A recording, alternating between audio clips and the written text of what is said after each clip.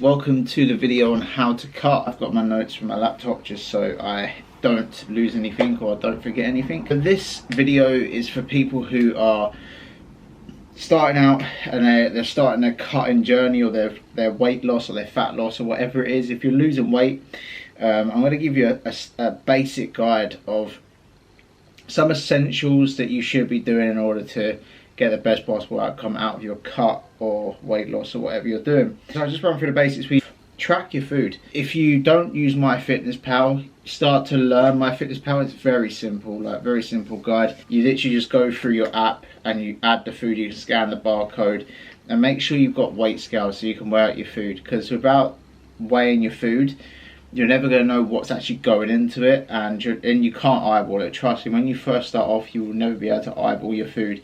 I tried it, didn't work. Get a scale, please. It'll help you massively. Make sure to keep track of it every day so you know what's going into your body and you can adjust that from there. Obviously you can add your exercises, it tracks your steps and everything, so it actually gives you a estimation of how many calories you got spare, if you do have any spare, or how many calories you got to burn, etc, etc. And on top of that, regarding food, make sure you find food that digests well for you. Obviously we want to have the cleaner foods, so the whole foods. Whole foods are stuff which have like one ingredient in. So let's take rice for example. Rice, if it's not the packet rice, I'm talking about the actual rice that you boil or put in a rice cooker or whatever. It's one ingredient, therefore you can't go wrong. And a lot of people could digest rice easily. So for me, rice is a good staple. Sweet potato, obviously with stuff like chicken, things like that, that's whole foods. But make sure that you digest, make sure you have food that's digest well with you. If you have food and you straight away go to the toilet after, that gives you the sign that it did not sit well in your stomach and you did not digest. Still bloating after, that's another thing that could be affecting your gut or could be affecting your digestive issues, which means pull that food out. But this is why I say stay consistent with your food, because you will never know in a day what food sits well with you. Sweet potato was an issue at first, but after a while your body adapts to it. So please take your time in finding out what foods work for you. And also on that note, find out what veg works for you as well, because some veg don't stick well with people. Some veg actually causes bloating, and with too much fibre obviously you go to the toilet quite a lot. You have your veg nice and make consistent. You don't have to weigh it out. Like broccoli for example, when I was on prep, I had 5 bits of broccoli with every meal every day, and that was a staple. Just it was a whole number, and I can kind of keep it in my head. Like, okay, 5 for each meal. Made it a lot simpler than weighing it out or adding a load of different veg in. Just keep it simple, keep it basic. That's one thing with dieting. Make sure it is very basic. The simpler it is, the easier it is to follow, the easier it is to prep your food, and the easier it is that your weight loss is going to just take off. Water. So make sure, for me personally, it's 4 to 6 litres of water. I feel like 4 litres is easy. Like if you get one of the big bottles that's 1.5 to 2 litres, that's 2 of them if they're 2 litres, or what, like 3 of them, or 2, like let's just say 3 of them if it's for a 1.5 litre bottle. An easy way to do it as well, I found a little hack, is put it in a shaker. So you get like 750ml shakers. Put it in that and you find that you go through them a lot quicker than the bottle. If you see a 1.5 litre bottle, you're constantly staring at that guy and it's just not going down. But with a shaker, a smaller bottle, it seems a lot quicker and you get it down a lot quicker. Water is key because it flushes out your system. It helps obviously aid everything your body is made up of. I think, don't quote me on this, and it's probably a fucking simple trivia, but like 70% of your body is water. So make sure that you replenish your water a lot. And try to stay away from anything fizzy or too many zero sugar drinks, which I'll touch upon in a bit. With cutting, everyone thinks the stereotypical thing is to throw in cardio straight away. That's not the case. It needs to be implemented. If you want to implement it, that's fine.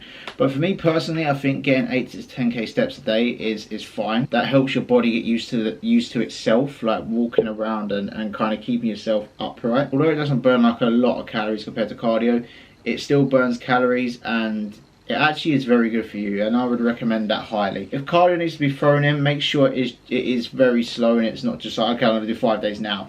Do 1 day or 2 days a week. If you prefer the HIIT side of things, make sure it's a HIIT kind of workout. If you prefer the lower steady state, like an incline walking for example, do that. If you prefer the stairs, do that. Find what works well for you and implement it from there, but just don't go whole hog full in straight away, otherwise you will crack very easily and you'll probably find your appetite goes sky high and you end up binging. So as your body weight comes down, if you're still training heavy and you're still training hard, doing cardio over a long period of time, like 5 days a week for example, will have an effect on your recovery, will have an effect on your training, which then ultimately can affect your food and your nutrition, because your appetite goes to shit, your training goes to shit, your recovery goes to shit. If everything goes to shit, you're doing something wrong and you need to cut the cardio back. So please, if you're going to implement cardio, do it very slowly. Time consuming and days of doing it, make sure it's very slow. When weighing yourself, a big thing everyone goes off is weight scale. I wouldn't recommend doing it all the time. Obviously, if you're gonna weigh yourself, I'd make sure to keep it consistent. So for example, if on a Monday morning you weigh yourself, keep it on Monday morning. Do your necessary, you go to the toilet, have a shower, don't have a shower actually, go to the toilet, do all them things, and then step on a scale and see what you are flat when you have got nothing in you and you've emptied your bowels. Keep consistent track of your weight, maybe just note it down somewhere, and like I said, keep it consistent every Monday for example, do that. But don't get too caught up on the weight, as sometimes weight can fluctuate up and down, but your body, how I would do it is how you look. If you look leaner, then good, keep what you're doing, keep at that level. If your weight is going up drastically and you're holding water, then maybe that's a sign you need to pull back a little bit. It might just be you've had 1 day where it's just gone wrong, and you can kind of just stick on your diet and go from there. It's all scientific, it's all experimental, and it's all trial and error. Believe me, we've all been there, we've all done it. And we all learn from it. Diet hacks, so you've got 0 sugar drinks. I would stick to 1 a day, especially on my prep. I used to stick to 1 a day, so it'd either be Pepsi Max Cherry, the Goat, or Monster. Wouldn't exceed over 1. I'd always stick to 1 a day. Obviously coffee, if it's black coffee, Americano, whatever it is, that's fine. Just don't obviously go for the high calorie, high sugar coffees. In terms of, like I said before, veg and salad are good for volume, especially a salad. It is a good meal for volume and vitamins and nutritional value. But like I said, you don't want to overdo it, otherwise you will end up on a toilet for a very long time, and too much fiber can obviously affect our system, and you don't want that when you're training, because if you're feeling like you're bloated and you need a shit basically during your training, then that's no good for your progression. Like I said, I had like I said to you before, rice and potato. Potato is actually more volume, and you get more with less carbs, if that makes sense. So if you had 200 grams of rice and 200 grams of potato, you're going to get more out of the potato, and it's more filling as well. You can't digest sweet potato very well, or potato as a whole, and then please just switch back to rice and go from there. In terms of macros, I would always keep your protein the same. So the protein is normally I think it's a pound to like 1.6 per pound per body. I stick to 180 grams protein no matter what. Like even when I was on the prep, I was still on 180 grams of protein. So whatever you do is keep your protein the same. Fats I like to keep low. With fats, they're used as obviously a hormonal thing as well, but they keep hold of your carbs for longer. So for example, if you had a pre-workout meal and you had peanut butter in oats, for example, that's going to stay in your system a lot longer than something like cereal, for example. Cereal will just go through you. It's a fast replenishing carb, and it just you'll sink that in straight away. So yeah, fats keep low, just so we are constantly burning through. With carbs, it's the one thing I change the most. That is going to be the most fluctuating thing in your diet. Everyone thinks carbs are the devil, but carbs is just an energy source. Obviously, depending on what carbs you are, the worse it can get. But for me personally, carbs can stay moderate, and from there you just want to make sure that you are assessing your carbs. And like I said, look at your scale weight, and if things need to change, the carbs should be the ones to change, not the fat or protein. For example, when I was on prep, I was on I don't know the carbs, but I was on 180 grams of protein and about 30 to 40 grams of fat.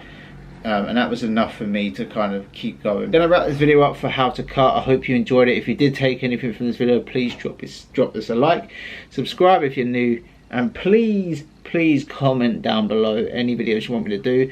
It really helps the algorithm out a lot. Even if you don't want to watch it, please put it on the background and just make sure you help your boy out, because I am trying here, alright? Constantly uploading is fucking hard, mate. So that is how to cut. Any beginners, good luck, and I hope to see you soon, and peace.